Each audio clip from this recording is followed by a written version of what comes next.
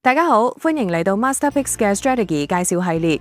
今日我哋嚟傾下 MasterPicks 獨創嘅策略指標系列之超跌反彈炸足指標。你可以喺左側嘅 Strategy Scanning 中揾到此指標，並點擊右側嘅問號按鈕，即可以查看策略介紹同用法。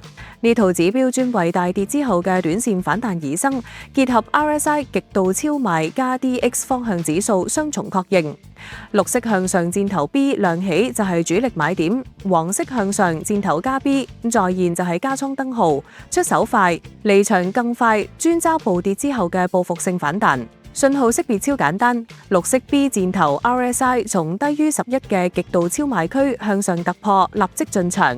黃色加 B 箭頭 DX 喺低位形成底部並上穿均線，已經有倉位直接加倉。風險控制一句話搞定，買入後立即設止損，通常放信號日低點，賺到就跑，絕不貪長線。大趨勢向下嘅時候，只做短線打游擊。呢一次我哋以港股0005匯豐控股為例，喺技術指標功能中點擊超跌反彈炸足指標之後，可以睇到2025年以嚟出現多次買入同加倉信號，特別係4月關稅事件以及10月私有化恒生銀行所帶嚟嘅大跌出現嗰陣，都有及時提醒入場。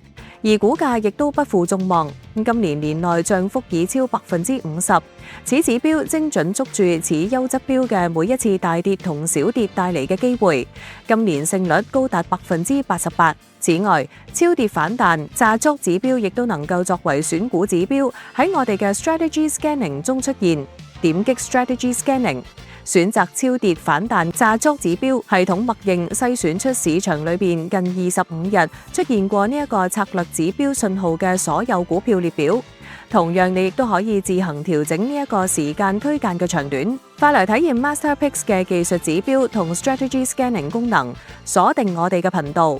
我哋盡快更新下期 Strategy 介紹，敬請關注大師精選，穩賺高點。